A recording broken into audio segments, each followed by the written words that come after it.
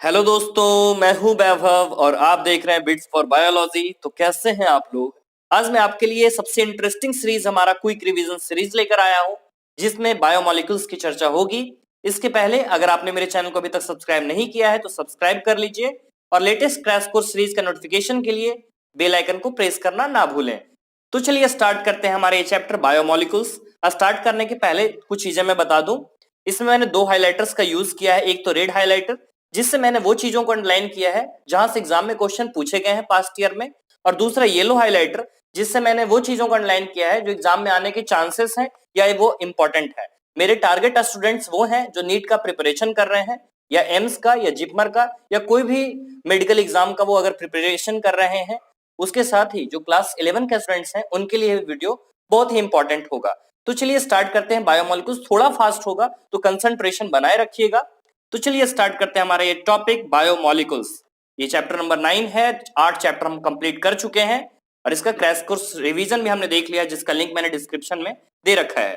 तो चलिए बायोमोलिक्यूल्स, जैसा कि आप जानते हैं कोई भी लिविंग सेल है वो लगभग 5000 केमिकल से बना हुआ होता है। तो जो 5000 केमिकल हैं वो किसी लिविंग ऑर्गेनिज्म के सेल के अंदर हैं। तो वो सेल के अंदर मॉलिक्यूल क्या क्या है वो हम इसमें देखने जा रहे हैं। तो चलिए सबसे पहले तो मैं आपको बताऊं कि किसी भी लिविंग बॉडी में कार्बन, हाइड्रोजन और ऑक्सीजन देखने को मिलता है। इसके अलावे नाइट्रोजन भी देखने को मिलेगा। ये चार होते हैं एलिमेंट्स। नेक्स्ट, सल्फर और फास्फोरस। सल्फर और फास्फोरस का ही जिक्र किया गया था क्वेश्चन में। एक क्वेश्चन जब पूछा गया कि about 90% of mass of every living organism is composed of just 6 elements including carbon, hydrogen, nitrogen, oxygen. तो इसके अलावे दो कौन है? तो सल्फर और फास्फोरस, ये आप याद रखिएगा। चलिए हम आगे बढ़ें। तो 98% जो पार्ट है ये कॉन्स का ही बना हुआ है। कॉन्स बोले तो CHONSP, इसका ही बना हुआ ये पार्ट है। आगे हम देखें रिलेटिव अबंडेंस, अगर हम बात करें तो जो कार्बन और हाइड्रोजन का जो अमाउंट है वो हाइयर है लिविंग ऑर्गेनिज्म में देन इन अर्थ क्रस्ट। सिर्फ कार्बन और हाइड्रोजन का ही नहीं, इसके साथ साथ ऑक्सीजन, नाइट्रोजन, सल्फर का भी अमाउंट किसी भी लिविंग ऑर्गेनिज्म में ज्यादा है as compare to earth crust. आगे हम बात करें केमिकल कॉम्पोजिशन की, यह भी हमारा खास पार्ट है केमिकल कॉम्पोजिशन।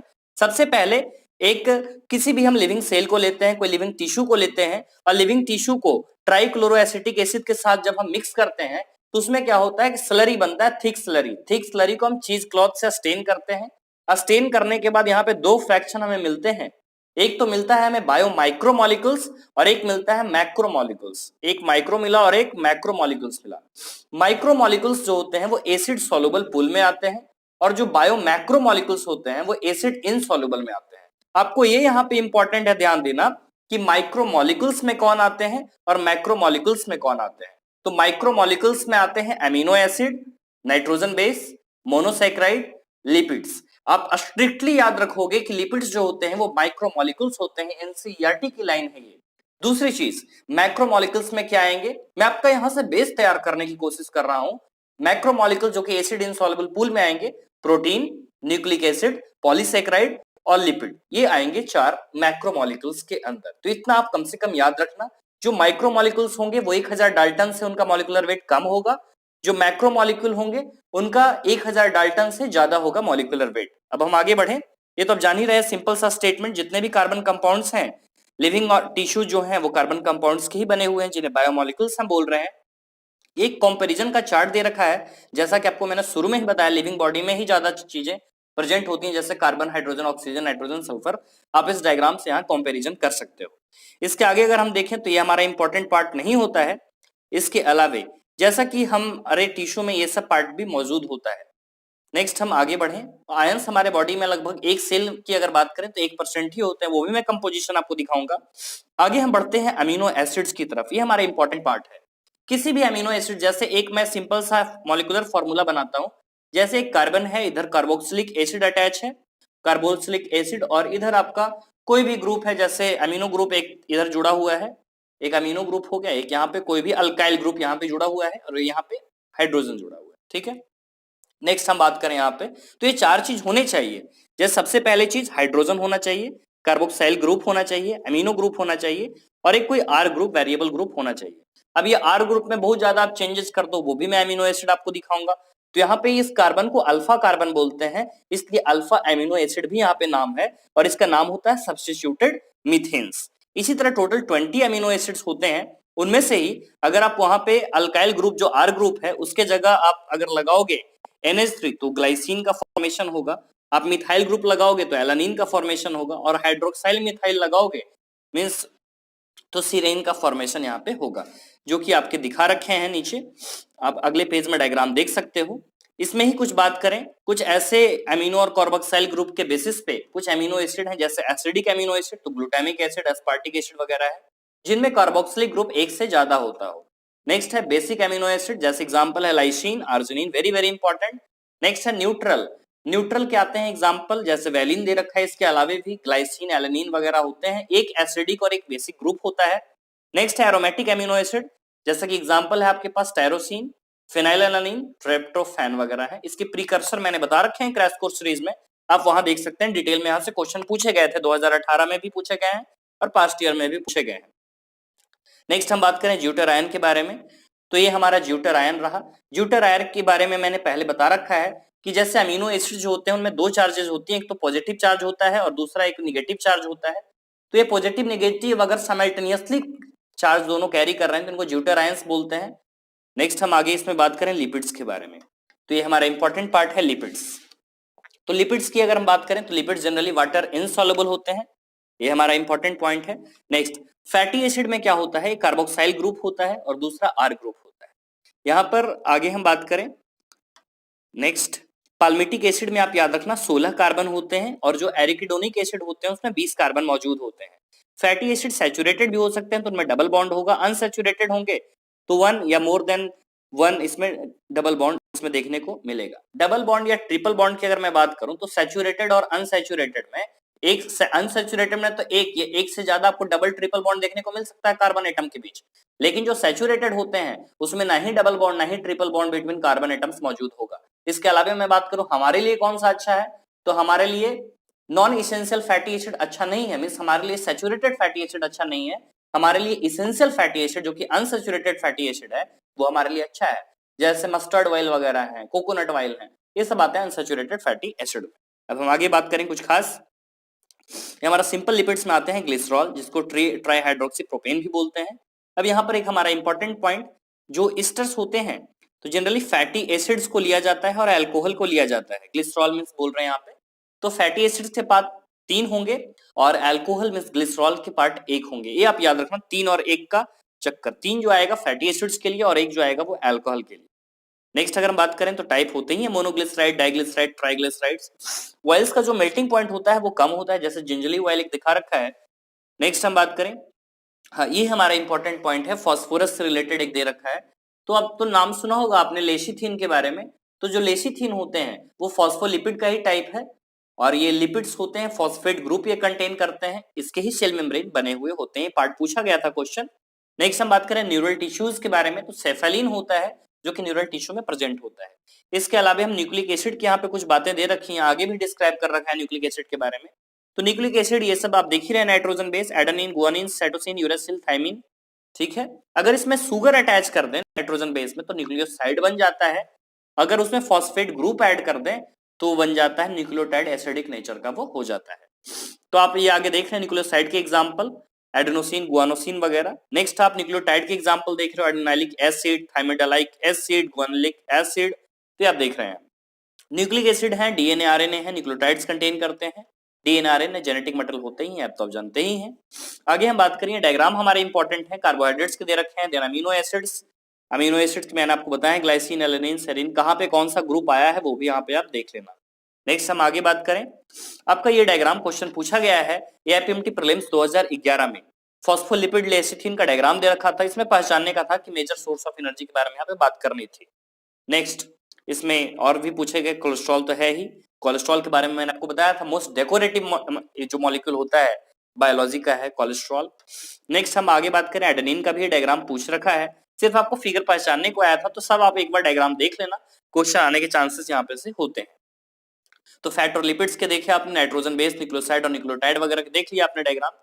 नेक्स्ट है हमारा प्राइमरी और सेकेंडरी मेटाबोलाइट्स, ये हमारा इंपॉर्टेंट पॉइंट होता है, क्वेश्चन तो इसमें से ही पूछे जाते हैं, लेकिन आप समझ लो होता क्या है प्राइमरी मेटाबोलाइट्स और सेकेंडरी मेटाबोलाइट्स।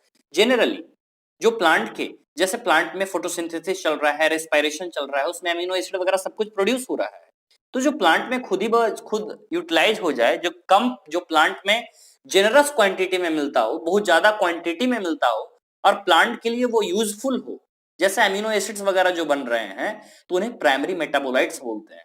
इसके अलावे जो चीजें जो प्लांट के लिए उतनी यूजफुल नहीं हो पाती हैं और वो स्मॉल क्वांटिटी में होती हैं और लिमिटेड रोल होता है उनका प्लांट में और कुछ पार्टिकुलर स्टेज के बाद ही उनका फॉर्मेशन होता है, उनको सेकेंडरी मेटाबोलाइट्स बोलते हैं, जैसा कि आप यहाँ पे देख रहे हैं। क्वेश्चन पूछे जाएंगे तो यहीं से पूछे जाएंगे, जो बॉक्स बना रखा है एम्स में, यहाँ से क्वेश्चन काफी पूछे गए हैं। एम्स 2016 में यहाँ से क्वेश्चन पूछा गया है, एक बॉक्स दे रखा था, उसमें मैच द फॉलोइंग में ये चीजें थी, जैसा कि आप देख रहे हैं। एल्केलॉइड्स का सेकेंडरी मेटाबोलाइट्स का एग्जांपल है मॉर्फिन, कोडीन, एसेंशियल ऑयल का लेमन ग्रास ऑयल, टॉक्सिन का एब्रेन रिसिन, ड्रग्स का विनब्लास्टिन और सर्क्यूमिन। ये पूछ रखा है जो रेड सेंड लाइन है, और येलो वाले चांसेस आने के हैं, नीट में भी बहुत ज्यादा चांसेस हैं इसके आने के। सेकेंडरी मेटाबोलाइट्स के इकोलॉजिकल इंपॉर्टेंस की अगर हम बात करें तो बहुत ही इसका इकोलॉजिकल इंपॉर्टेंस जो है वो अच्छा होता है, और इकोनॉमिक इंपॉर्टेंस की बात करें तो थोड़ा वो कम है, तो ये आप याद रखना। नेक्स्ट हम बात करते हैं बायोमाइक्रोमोलिक्यूल्स के बारे में, जिसका मैंने बता रखा है डाल्टन वगैरह। नेक्स्ट हम आगे बात करें, ये सब मैंने बता रखा है, लिपिड्स एक्सेप्शन है। आगे हम बात करें तो lipids are not strictly macromolecules, means micromolecules है, भी मैंने बता रखा है। नेक्स्ट, जैसा कि मैंने आपको बताया था एवरेज कंपोजिशन ऑफ सेल, हमारे सेल में सबसे ज्यादा वाटर प्रेजेंट होता है 70 to 90% तक। नेक्स्ट है प्रोटीन 10 से 15%, कार्बोहाइड्रेट 3% तक ये मौजूद होता है। लिपिड्स की बात करें 2% ये मौजूद होता है, न्यूक्लिक एसिड 5 से 7% होते हैं, आयंस 1% लगभग होते हैं, जितने भी आपने देखे सोडियम, पोटेशियम, कैल्शियम वगैरह। नेक्स्ट प्रोटीन्स, प्रोटीन्स तो आप जानते ही हैं, प्रोटीन्स पॉलीपेप्टाइड्स होते हैं, हेट्रोपॉलीमर्स होते हैं, पेप्टाइड बॉन्ड से इनकी लिंकेज होती है, अमीनो एसिड्स लिंक होते हैं, तब एनर्जी की रिक्वायरमेंट होती है, ये सब आपने देख लिया। और 20 अमीनो एसिड्स होते हैं, जैसा कि मैंने आपको ट्रिक बता दिया है, उसमें टीवी मॉल पाथ, ये ट्रिक मैंने बता दिया है। जैसा कि इसेंशियल अमीनो एसिड्स की मैं अगर एग्जांपल की बात करूं, tryptophan, valine, methionine, isoleucine, leucine, lysine, phenylalanine, threonine, काफी हैं, तो ये 10 हैं। और 10 नॉन इसेंशियल होते हैं, सेमी इसेंशियल मैंने आपको बताया था 2, हिस्टिडीन और आर्जिनिन। नेक्स्ट, जैसा कि डाइटरी प्रोटीन्स जो इसेंशियल अमीनो एसिड्स होते हैं, हमारे डाइट में वो इसेंशियल होते हैं, क्योंकि हमारा बॉडी वो सिंथेसाइज नहीं कर पाता। इसके अलावा कुछ प्रोटीन्स के चार्ट दे रखे हैं, यहां से भी एम्स 2016 में क्वेश्चन पूछे गए, तो डायरेक्ट आप 2 बॉक्स देख रहे हैं एनसीईआरटी की पैरेलल पेजेस पे, और दोनों से क्वेश्चन पूछे गए हैं, तो नीट में भी चांसेस आने के हैं काफी। इंसुलिन हार्मोन है, एंटीबॉडी फाइट इन्फेक्शियस एजेंट की तरफ फंक्शन करता है, रिसेप्टर सेंसरी रिसेप्टर कोई भी हो सकता है, स्मेल टेस्ट हार्मोन, ग्लूट है तो enables glucose transport into cell, ये सब तो पता ही होगा, कहीं ना कहीं यूज होता ही है बायोलॉजी में। नेक्स्ट ये क्वेश्चन पूछा गया था 2012 में, ये क्वेश्चन आई थी 2012 प्रीलिम्स में, कि which is the most abundant protein in animal world में क्या होता है, तो कोलेजन है। और ये आप देख रहे हैं पूरे बायोस्फीयर की अगर बात करें तो रेबिस्को प्रेजेंट ये होता है, रेबिस्को का फुल फॉर्म आप याद रखेंगे। आगे हम बढ़े पॉलीसेकेराइड्स की तरफ, तो पॉलीसेकेराइड्स जो जनरली मैक्रोमोलिक्यूल्स होता है, जैसे कि कार्बोहाइड्रेट्स का ही पार्ट होता है पॉलीसेकेराइड्स, तो इसमें आपको लॉन्ग चेन मिलता है देखने को शुगर का, जो कि large number of monosaccharide units आपस में जब मिलते हैं, ठीक है। नेक्स्ट बात करें तो मोनोसेकेराइड्स होते हैं बिल्डिंग ब्लॉक, छोटे छोटे जब मोनोसेकेराइड्स मिलते हैं तब जाकर इनका फॉर्मेशन होता है। ये इनसॉल्युबल इन वाटर होते हैं, कोई भी स्वीट टेस्ट नहीं होता है इनका, स्वीट किनका होगा, मोनोसेकेराइड का। आगे हम बात करें, जैसा कि सेलुलोज एक पॉलीमेरिक पॉलीसेकेराइड है, जिसमें only one type of monosaccharide होते हैं, जैसे ग्लूकोज आप देख रहे हैं। सेलुलोज एक होमोपॉलीमर होता है। स्टार्च जो है स्टोर हाउस ऑफ एनर्जी होती है प्लांट में, और हमारे में या एनिमल्स में ग्लाइकोजन स्टोर होता है। नेक्स्ट हम बात करें इनुलिन के बारे में, तो इनुलिन जो है फ्रक्टोज का ही पॉलीमर होता है। आगे हम बात करें इन पॉलीसेकेराइड चेन से glycogen, the right and is called reducing और लेफ्ट को बोलते हैं नॉन रिड्यूसिंग, तो ये आप पार्ट याद रखोगे। ये स्टार्च के साथ ब्लू आयोडीन देता है, आयोडीन कलर के साथ ये ब्लू कलर देता है, तो ये आपने बचपन में ही पढ़ा होगा क्लास 6 में। नेक्स्ट आगे हम बात करें इसमें, तो ये आपके डायग्राम दे रखे हैं। नेक्स्ट आगे हम बात करें तो प्लांट सेल वॉल्स जो होते हैं वो जनरली सेलुलोज के बने हुए होते हैं। Paper made from plant pulp और कॉटन फाइबर सेलुलोज के, सिंपल सी सब बातें हैं। नेक्स्ट कॉम्प्लेक्स पॉलीसेकेराइड होता है, ये हमारा अब यहाँ से खास क्वेश्चन पूछा जाता है आपसे। एक क्वेश्चन तो यहाँ से राइज होता है जो नीट 2013 में पूछा गया, कि जो मैक्रोमोलिक्यूल काइटिन होती है तो वो किस चीज की बनी हुई होती है। पहली बात तो ये पॉलीसेकेराइड होती है और नाइट्रोजन इसमें होता है, तो एन एसिटाइल गैलेक्टोजामाइन इसमें प्रेजेंट होता है। एक बार तो यही क्वेश्चन डायरेक्ट आया था, जिसको नाग बोलते हैं, NAG।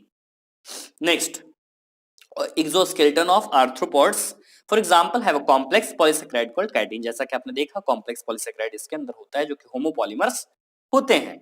आगे हम बात करें न्यूक्लिक एसिड, काफी इंपॉर्टेंट पार्ट है जो कि आप मॉलिक्यूलर बेसिस ऑफ इनहेरिटेंस में डिटेल में पढ़ते हो, तो एसिड इनसॉल्युबल फ्रैक्शन में ये मौजूद होता है।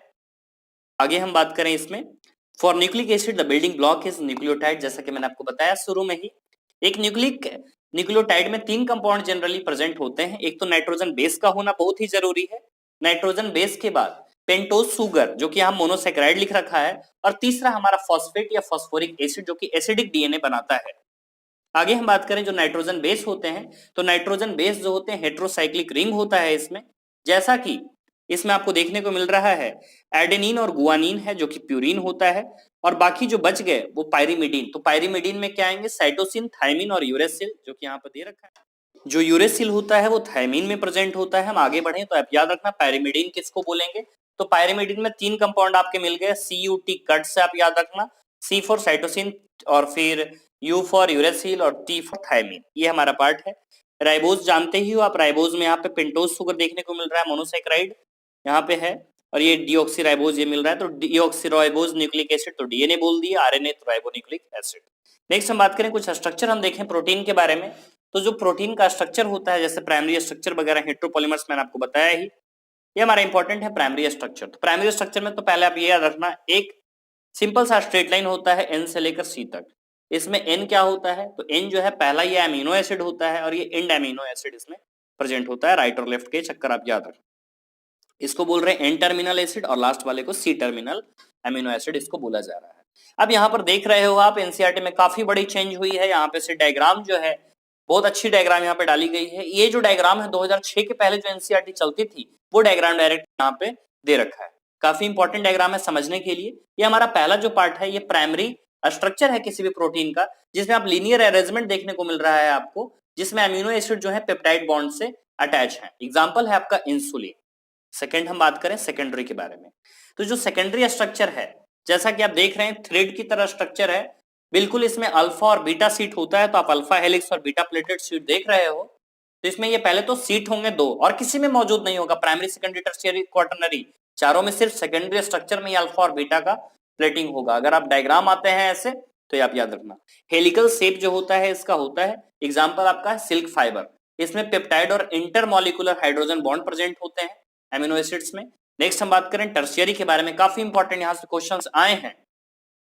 जो टर्शियरी स्ट्रक्चर होते हैं वो 3D ग्लोबुलर स्ट्रक्चर होता है, जैसा कि आप देख रहे हैं इसमें बॉन्ड जो प्रेजेंट होते हैं आयोनिक बॉन्ड प्रेजेंट होते हैं, हाइड्रोजन बॉन्ड और डाइसल्फाइड बॉन्ड होते कौन नहीं है, तो ईस्टर बॉन्ड नहीं होते।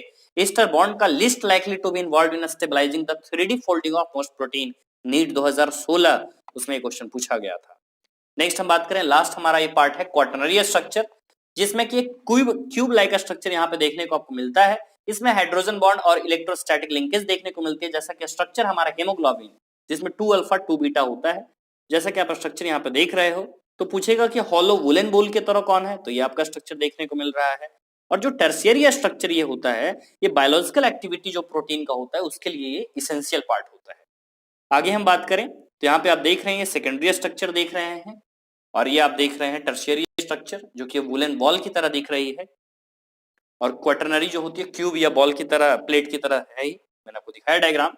ये भी बता दिया मैंने आपको एडल्ट में 4 होते हैं, अल्फा 2 बीटा ह्यूमन हेमोग्लोबिन का आप देख रहे हैं। सॉरी यार सर्दी है मुझे, इसके कारण थोड़ा प्रॉब्लम हो रहा होगा, तो सॉरी इसके लिए। नेक्स्ट हम आगे बात करें nature of bond linking monomers in polymer. तो जो एमिनो एसिड्स होते हैं तो एमिनो एसिड्स आपस में पेप्टाइड बॉन्ड से जुड़े हुए होते हैं। आगे हम बात करें तो जो ग्लाइकोसिडिक बॉन्ड होता है, जैसे जो भी मोनोसेक्राइड्स होते हैं तो मोनोसेक्राइड्स के बीच में यहाँ पर ग्लाइकोसिडिक लिंकेज देखने को मिलती है, ये हमारा इंपॉर्टेंट पॉइंट है, ये आप याद रखेंगे। और यहाँ पे आपको दोनों में डिहाइड्रेशन से ही बॉन्ड का फॉर्मेशन होता है। आगे हम बात करें जो ईस्टर बॉन्ड है तो फॉस्फेट ग्रुप और शुगर का हाइड्रोक्साइल ग्रुप इसके बीच बनती है ईस्टर बॉन्ड, और जब ईस्टर बॉन्ड के बीच होती है फॉस्फोडाइस्टर, मैंने आपको दिखा रखा है उसमें जो क्रैश कोर्स सीरीज है उसमें कैसे होते हैं ये लिंकेज। नेक्स्ट हम बात करें nucleic acid exhibit a wide variety of secondary structures, याद रखेंगे वाटसन क्रिक का मॉडल भी है ये, डबल हेलिक्स जो की है, दोनों आपस में एंटी पैरेलल होते हैं। हमारा सबसे important point the backbone is formed by the sugar phosphate sugar chain. Sugar भी होता है, फॉस्फेट भी होता है, फॉस्फेट ग्रुप मैंने आपको बताया ही। नेक्स्ट, कंपलसरी बेस पेयर होते हैं, जैसे ए और जी का साथ में होता है, टी और सी का होता है रिस्पेक्टिवली। जैसा कि आप यहाँ पे स्ट्रक्चर देख सकते हैं, ए का टी के साथ है, सी का जी के साथ है, तो यह स्ट्रक्चर आप हेलिकल शेप भी यहाँ देख सकते हैं। इसी पार्ट में यहाँ पर उठाकर पूरा आपको दिखा रखा है। आगे हम बढ़े, देयर आर 2 हाइड्रोजन बॉन्ड्स। ये आपको याद रखना जरूरी है कि एडेनिन और थाइमिन जो है इसके बीच 2 हाइड्रोजन बॉन्ड देखने को मिलेंगे, और गुआनिन और साइटोसिन के बीच 3 हाइड्रोजन देखने को मिलेंगे। मींस बिल्कुल इस तरह स्ट्रक्चर होता है जैसे एटी है और जीसी है, तो यहाँ पे आपको डबल बॉन्ड मिलेगा और यहाँ पर आपको ट्रिपल बॉन्ड मिलेगा। ये आप याद रखना ये स्ट्रक्चर। यहाँ पे अगर टर्निंग देखें तो 36 डिग्री पे ये टर्निंग होती है जनरली। रोटेशन अगर हम यहाँ पे बात करें तो 36 डिग्री पे यहाँ पे होता है। स्टेप्स की पेयरिंग होती है, 10 बेस पेयर यहाँ पे देखने को आपको मिलते हैं, मींस 10 स्टेप्स भी इसको बोला जाता है। एक जब फुल टर्न होता है किसी भी हेलिकल स्ट्रैंड का तो। नेक्स्ट अगर बात करें जो 34 एंगस्ट्रम है, एक कंप्लीट टर्न जब होता है तो उसका 34 एंगस्ट्रम होता है, मींस इसमें 10 पेयर की बात की जा रही है। 3.4 एंगस्ट्रम जो होता है डिस्टेंस बिटवीन 2 सक्सेसिव स्टेप्स, दो के बीच का डिस्टेंस होता है 3.4 एंगस्ट्रम या 0.34 नैनोमीटर को कन्वर्ट किया जा सकता है। नेक्स्ट यहाँ पे बीडीएनए की बात की जा रही है, तो ऐसे बहुत सारे लेटर्स इसमें मौजूद होते हैं अल्फाबेट के ही अकॉर्डिंग, जो कि आप आगे जब मेडिकल कॉलेज में जाओगे तो इसे बायोकेमिस्ट्री में आप पढ़ोगे। नेक्स्ट आगे हम बात करें, डायनेमिक स्टेट होता है, कुछ कुछ पार्ट हैं यहाँ पे जो मेटाबॉलिज्म से रिलेटेड है, जो कि आपको पहला चैप्टर में मैंने बताया था मेटाबॉलिज्म के बारे में कुछ पॉइंट, और कुछ उसके अलावे जो पॉइंट यहाँ पे दे रखा है वो यहाँ पे है। जैसा कि टर्नओवर, जैसे किसी भी मॉलिक्यूल्स का है तो कन्वर्जन होता जा रहा है कॉन्स्टेंटली, तो कॉन्स्टेंटली जो कन्वर्जन हो रहा है तो इसको ही बोला जाता है ये टर्नओवर। नेक्स्ट हम बात करें, ये चेंज हो रहा है। मेटाबॉलिज्म आप जानते ही हो, sum of all the biochemical reactions take place inside a living body is called metabolism. तो मेटाबॉलिज्म दो टाइप के होते हैं, एक तो कैटाबॉलिज्म होता है, एक एनाबॉलिज्म। वो सब पार्ट तो आप जानते ही हो, यहाँ पर कैटालाइज्ड रिएक्शन कोई भी पार्ट हो सकती है। नेक्स्ट हम आगे बात करें, नेक्स्ट जैसा कि एनाबॉलिक पाथवे और कैटाबॉलिक पाथवे आप देख रहे हो, तो सिंपल सा एनाबॉलिक पाथवे है तो फोटोसिंथेसिस हो रहा है तो एनाबॉलिक पाथवे है, कैटाबॉलिक है तो रेस्पिरेशन है। दोनों में एटीपी की रिक्वायरमेंट होती है। एनाबॉलिक को बायोसिंथेटिक पाथवे भी बोलते हैं। जैसा कि ग्लाइकोलाइसिस में 10 मेटाबॉलिक स्टेप होता है, जैसा कि आप देखोगे आगे वाले फोटोसिंथेसिस रेस्पिरेशन चैप्टर में, तो रेस्पिरेशन में आपको समझ में आ जाएगा। एटीपी का फॉर्मेशन हुआ, लिविंग स्टेट, ये आपको याद रखना है कि जो ब्लड का कंसेंट्रेशन है ग्लूकोज का जनरली 4.5 से 5 mm होता है। हमारा कभी भी बॉडी जब तक हम जिंदा हैं तब तक वो इक्विलिब्रियम का स्टेट में नहीं आ सकता है। जब इक्विलिब्रियम का स्टेट में हम जिस दिन आ गए उस दिन मानिए हमारा डेथ हो चुका है। आगे हम बात करें, metabolism provides a mechanism for the production of energy. Next हमारा इंपॉर्टेंट पॉइंट एंजाइम्स के बारे में।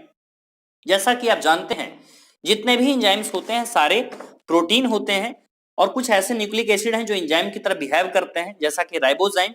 राइबोजाइम का पार्ट है हमारा न्यूक्लिक एसिड्स, ये आप याद रखेंगे, क्वेश्चन 2018 में भी आया है और पहले भी यहाँ से क्वेश्चन पूछे जा चुके हैं। आगे हम बढ़े, जो एंजाइम्स होते हैं उसके प्राइमरी स्ट्रक्चर भी होते हैं, सेकेंडरी स्ट्रक्चर भी होता है और टर्शियरी स्ट्रक्चर भी इसमें मौजूद होता है। टर्शियरी स्ट्रक्चर इसमें हमारा इंपॉर्टेंट है। अब यहाँ पर एक्टिव साइट और सबस्ट्रेट की बात है, तो जो एक्टिव साइट होता है तो एक्टिव साइट को हम यहाँ पर लॉक बोल रहे हैं, मिस ताला समझना आप एक्टिव साइट को, और जो सबस्ट्रेट होगा या रिएक्टेंट जो होगा वो चाबी की तरह बिहेव करेगा। इसको आप डिटेल में वहां से पढ़ सकते हो, एंजाइम्स में मैंने बहुत ही कम टाइम में 20 मिनट में इसको खत्म कर दिया है। नेक्स्ट हम बात करें इनऑर्गेनिक कैटलिस्ट के बारे में। तो इनऑर्गेनिक कैटलिस्ट जो होते हैं बहुत ही अच्छा वर्क करते हैं हाई टेम्परेचर पे और हाई प्रेशर पे, लेकिन हमारा एंजाइम इस तरह नहीं होता। जब हम अपने एंजाइम को हाई टेम्परेचर पर ले जाते हैं, मींस 40 डिग्री सेल्सियस से जब ऊपर ले जाते हैं तो अच्छा वर्क नहीं करता, वो डिनेचर हो जाता है, डैमेज हो जाता है। इसके अलावे कुछ ऐसे भी एंजाइम्स मिलते हैं जैसे हॉट वेंट्स में जो ऑर्गेनिज्म हो रहे हैं, सल्फर स्प्रिंग्स में जो बैक्टीरिया रह रहे हैं, उनसे अगर आप निकालोगे एंजाइम तो वो सर्वाइव कर जाते हैं, क्योंकि उनका टेम्परेचर टॉलरेंस कैपेसिटी अच्छा है, वो 80 से 90 डिग्री सेल्सियस में भी सर्वाइव कर जाते हैं।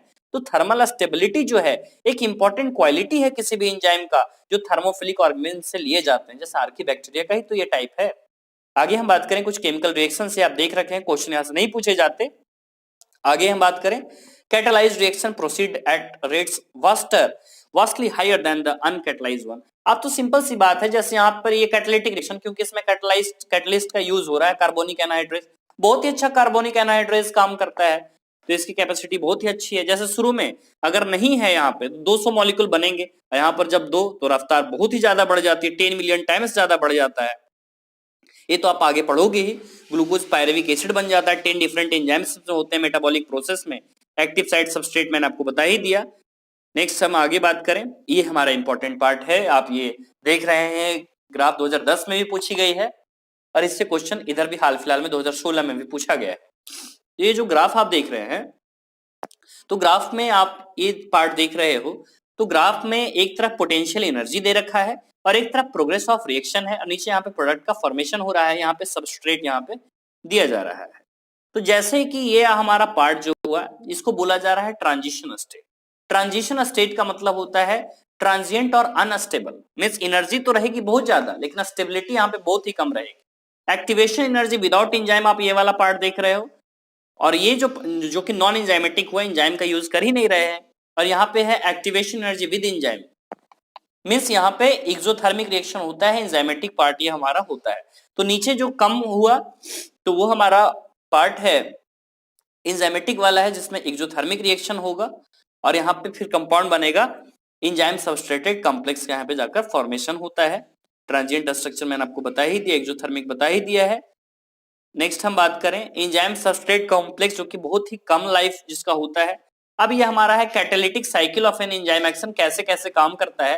तो अब सिंपल सा समझ लो कि सबसे पहले कोई भी सबस्ट्रेट है तो एक्टिव साइट के साथ बॉन्ड करेगा, एक्टिव साइट के साथ बॉन्ड करने के बाद वो एंजाइम का एप्लीकेशन होगा, मींस वो शेप अल्टर कर लेगा। उसके बाद एक्टिवेशन एनर्जी में कमी आने लगती है बहुत ज्यादा। एक्टिवेशन एनर्जी में कमी आना मींस तभी तो रिएक्शन आगे की तरफ प्रोसीड करेगा। ट्रांजिशन स्टेट ऑफ सबस्ट्रेट आता है, फिर बॉन्ड मेकिंग और ब्रेकिंग चलता है, देन प्रोडक्ट का फॉर्मेशन होता है एंजाइम प्रोडक्ट कॉम्प्लेक्स का यहाँ पे। तो ये पूरा पार्ट है, इसमें आपको समझा रखा है।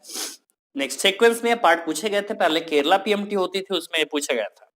नेक्स्ट हम आगे बात करें फैक्टर्स कौन कौन से अफेक्ट करते हैं, जैसे टेम्परेचर और पीएच वगैरह है। तो आप याद रखना, एक टाइप होती है ऑप्टिमल।